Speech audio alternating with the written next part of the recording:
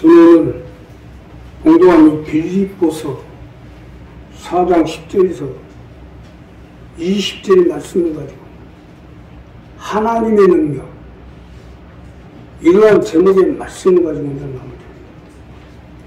이 빌립보 교회는요, 우리가 잘 알다시피 가난한 교회요, 어려운 교회요, 또 성도가 많지도 않은 교회인데도 불구하고 사도 바울이 마케도니아 비전, 즉 세계 선교를 위해서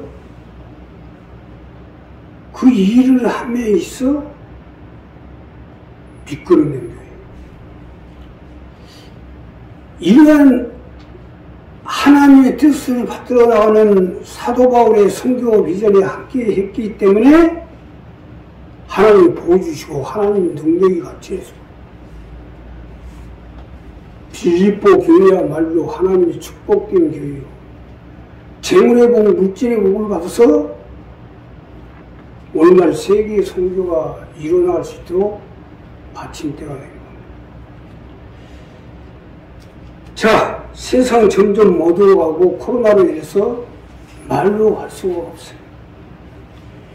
자, 이러한 때 우리가 예수님 믿는 하나님의 백성으로 우리 교회도 어떻게든지 하나님의 능력을 받아서 재물을 얻고 축복을 받고 강건을 받고 능력을 받아서 이 어두운 세상 가운데 그리스도의 복음을 증거해서 영혼 구령 사업에 합장되어야 됩니다.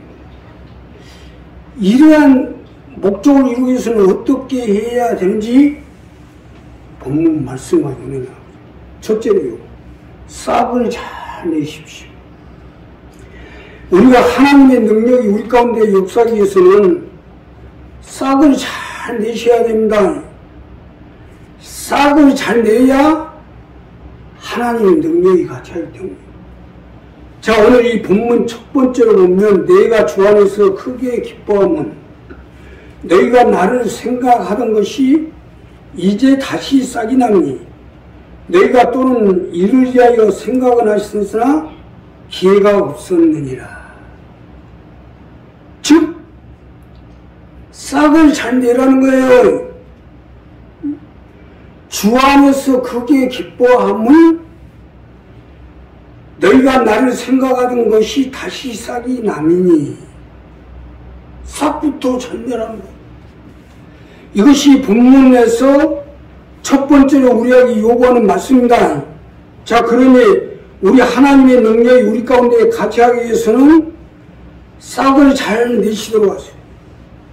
싹을 잘 내야 하나님의 능력이 우리 가운데 같이 해 주시고 역사해 주실 것입니다. 믿으시면 합니다. 싹을 잘 내셔야 하나님의 능력이 함께하게 돼 있어요.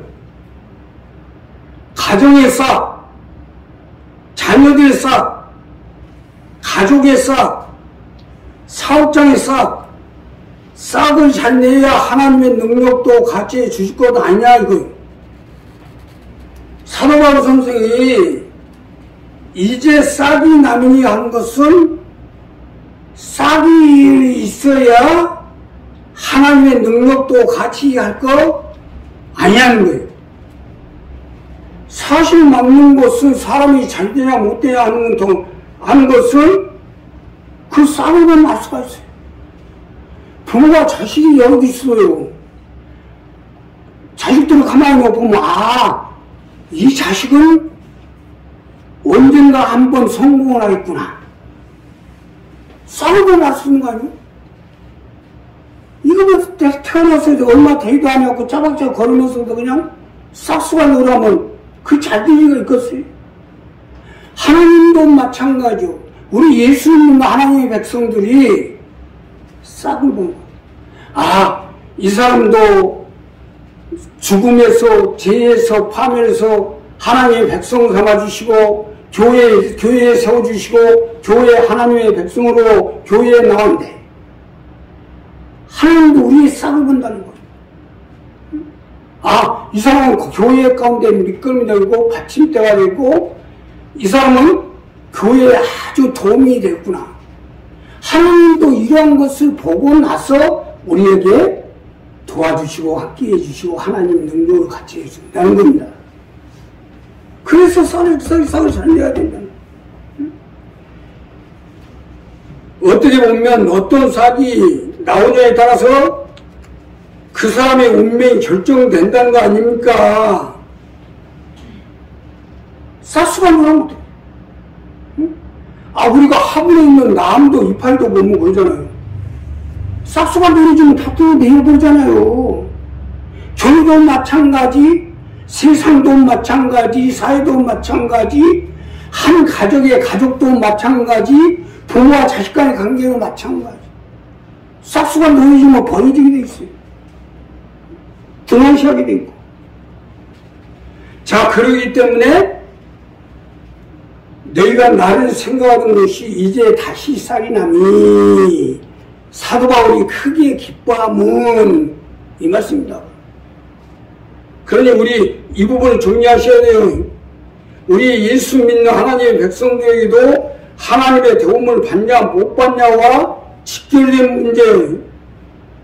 아니 어차피 예수 믿고 구원받으면 말도 좀 좋게 하고 마음도 좀 곱게 쓰고 말하는 것이나 생각하는 것이나 행동하는 것을 곱게 해야죠. 그 사람이 앞으로 하나님 나라 가운데나 하나님의 도움을 주는 아닌가 여기서 결정나는 거 아니요? 말 한마디에 천냥 빚도 갚는다는데 아니 말 좀 곱게 해서 어디 덧나요? 나는 요즘요 하나님 어디까지란 말도 안 씁니다. 여기까지 하나님까지도 안 써요. 까지는 우리가 쓰는 거고 하나님은 무한대로 우리에게 펼쳐주게 돼 있어요. 쉽게 설명드리면 하늘 위에는 항상 터널이고 그 중간 하늘과 우리 땅 사이에 우리가 살고 있는데 항상 위에는 터널이고 말도 이왕이면 부정적으로 하지 말고 긍정적이고 적극적이고 창조적인 즉 하나님의 생각 가운데 말을 하래요. 하나님 여기까지만 좀 도와주세요. 우리 얘 어디까지 좀 도와주세요. 아니 까지라 하지 말고 우리 얘 좀 도와주세요. 무한적으로 도와주세요. 말도 좀 곱게 하고 긍정적이고 적극적이고 창조적으로 하는 거예요.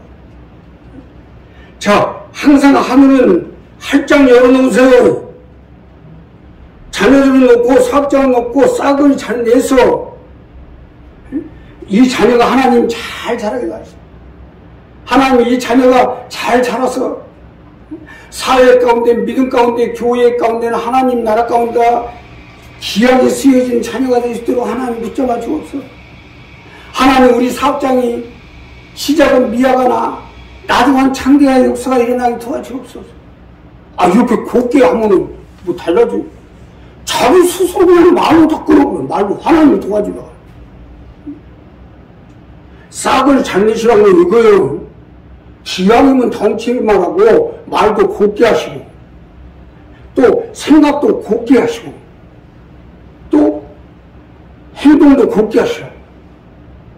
그래서 긍정적이고 적극적이고 창조적인 이러한 사람이 되어질 때 하나님 이러한 사람들이 우리 말하는 것이나 생각하는 것에 더 넘치도록 능력해 주셔서 우리의 가정의 삶의 생활에 하나님의 능력이 같이하여 주시고 함께하여 주실 것입니다. 두 번째는 하나님의 능력 속에서 행하십시오.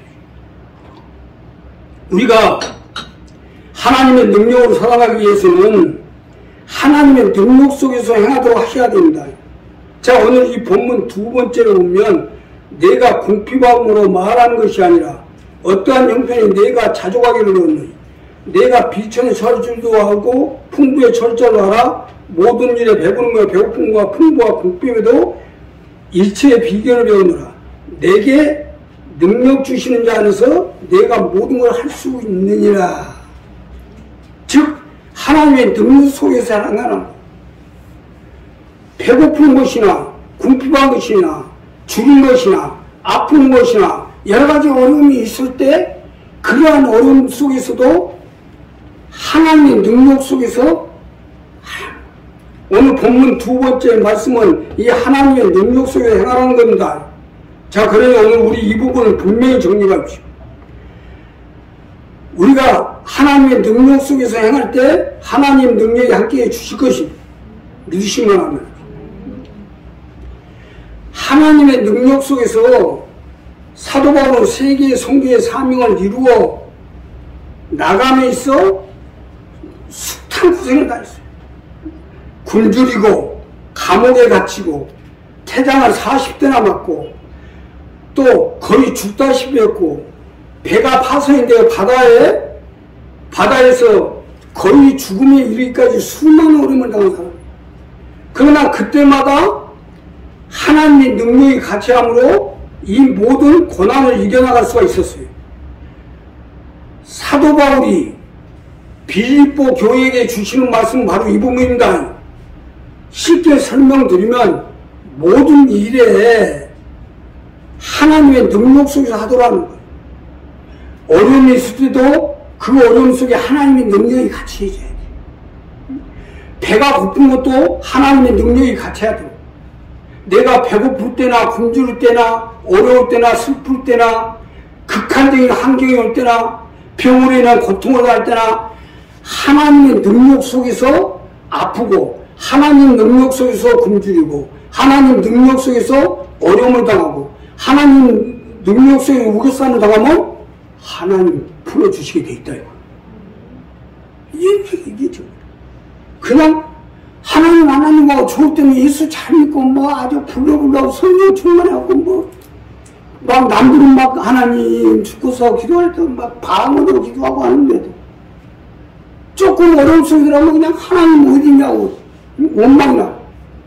하나님은 성경에 보면 요셉이나 아브라함이나 다윗이나 이 모든 성경을 놓고 볼 때 극한적인 어려움 속에서도 하나님이 같이 해주셨어요. 욥도 마찬가지잖아요. 어려움을 당할 때 하나님이 같이. 그건 뭐요? 우리가 하나님의 능력 속에서 우겨싸움 당하고 어려움을 당하고 굶주림을 당하고 고통을 당하고 어려움을 당하면 하나님이 건져주시게 되어 있다. 오늘 이 본문 두 번째 제시한 부분 이 부분이요. 자, 사람은 우리가 잘 알아야 되는 것이 사람 누구나 세상을 살면서 굴곡이 있어요. 굶주릴 때도 있고 또 비천해질 수도 있고 병으로 인해 고통을 당할 수도 있어요. 인간이니까. 신과 인간의 차이점이 여기에 있어요. 자, 그렇기 때문에 항상 무슨 일을 하든지 하나님의 능력 속에서 행하라는 거예요. 자녀들 키우는 것도 마찬가지, 사업장으로 사업을 하는 것도 마찬가지, 내가 어디에서 무엇을 하든지 밥을 먹든지 죽을 먹든지 무슨 일을 하든지 하나님의 능력 속에서 하면 설령 어려움이 있고 힘이 들더라도 하나님 지켜주시게 됩니다. 이게 돼야 돼요. 이게 정립이 돼야 돼요. 사도 바울처럼 우리 이 점을 간과해서는 안 돼요. 우리에게 언제 위기가 올 줄 몰라요. 그러니 이런 어려움이 있을 때 하나님의 도움을 받기 위해서는 하나님의 능력 속에서 하라는 겁니다. 우리도 마찬가지요. 자녀가 됐든 가정이 됐든 사업이 됐든 가족이 됐든 하나님의 능력 속에서 행해야 됩니다. 잘 나갈 때는 천년 만년 걱정 없을 것 같지만 불행은 예고 없이 우리 가운데 다가옵니다. 그럴 때를 대비해서 평소에 잘해야지. 평소에. 아니 평소에는 나 몰라 하다가 죽겠으면 울고불고 찾아온다고 얘기는 됩니까? 유비무원이라고 평소에 잘하셔야죠. 평소에 잘합시다 하고 인사합시다. 평소에 잘해야지. 그러니까 하나님 능력이 우리가 어려움이 올 때, 또 힘이 들 때, 또 우리가 병마가 올 때 우리를 지키시고 도와줄 거 아니야. 다 준비된 상태. 목회자와 성도 관계도 마찬가지. 평소에는 한 번 쳐다도 안 보다가 그냥 다 죽겠어서 목사님 놔주고요. 물론 놔주고야 뭐 가봐야지. 근데 평소에 잘 오고 가는 이러한 분이 있다가 놔주고 하면 기절초풍하고 쫓아가게 됩니다. 그러면 거기서 기도밖에 없어요. 그런데 평소에 쳐다도 안 보다 느닷없이 오라고 하면 마지막에 가서 기도는 해줘도 그게 얼마나 그 약이 효과가 있겠냐고. 쉽게 설명드리면 기도빨이 안 나옵니다. 평소에 자기가 기도빨이 나올 거 아니고 그 사람 사정이 내 사정이 되도록 기도빨이 잘 나오게 잘 하셔야지. 우리 한 사람에서 이 부분에서 사업을 하든지 자녀를 키우든지 가정이겠든 항상 하나님의 능력 속에서 행할 때 하나님 같이 함께 해주실 것입니다. 마지막으로 예수 안에서 받으십시오. 하나님의 능력은 예수 안에서 받으셔야 됩니다. 이것이 결론 부분이고 가장 중요한 부분이에요. 자, 오늘 이 본문 마지막 절에 보면 내게는 모든 것이 있고 또 풍부한 자가 에바보라 너희의 증거를 받으면 내가 풍족하니 이는 받으시면 향기로운 제물이요 하나님을 기쁘시게 하고 나의 하나님이 그리스도 예수 안에서 영광 가운데 그 풍성한 대로 너희 모든 쓸 것을 채우시리라. 예수 안에서 모든 쓸 것을 채우시겠다는 겁니다.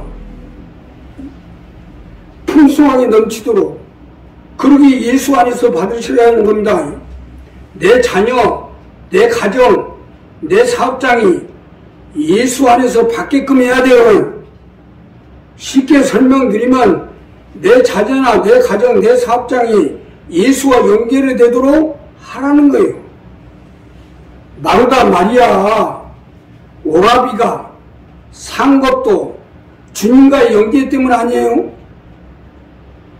아니 이 마르다 마리아는 부모가 일찍 여역기고 두 자매와 오빠하고 세 식구가 살았기 때문에 예루살렘에도 살지 못하고 예루살렘에서 오리쯤 떨어진 베다니 마을에서 부모도 없이 세상에 가난하게 살던 사람인데 그러나 예수님이 예루살렘 오실 때는 꼭 마르다 마리아 집에서 유식하신 거예요.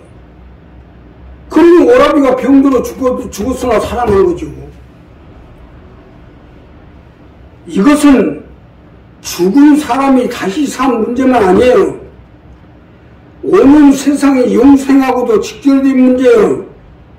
우리가 예수님과 연계가 되어 있냐 안 되어 있냐에 따라서 하나님의 능력이 같이 해서 살고 죽고 망하고 흥하고 달라지게 되어 있어요.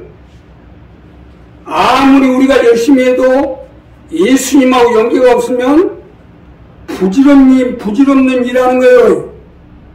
믿음 생활하는 것도 예수님하고 연계가 없으면 부질없는 일이야.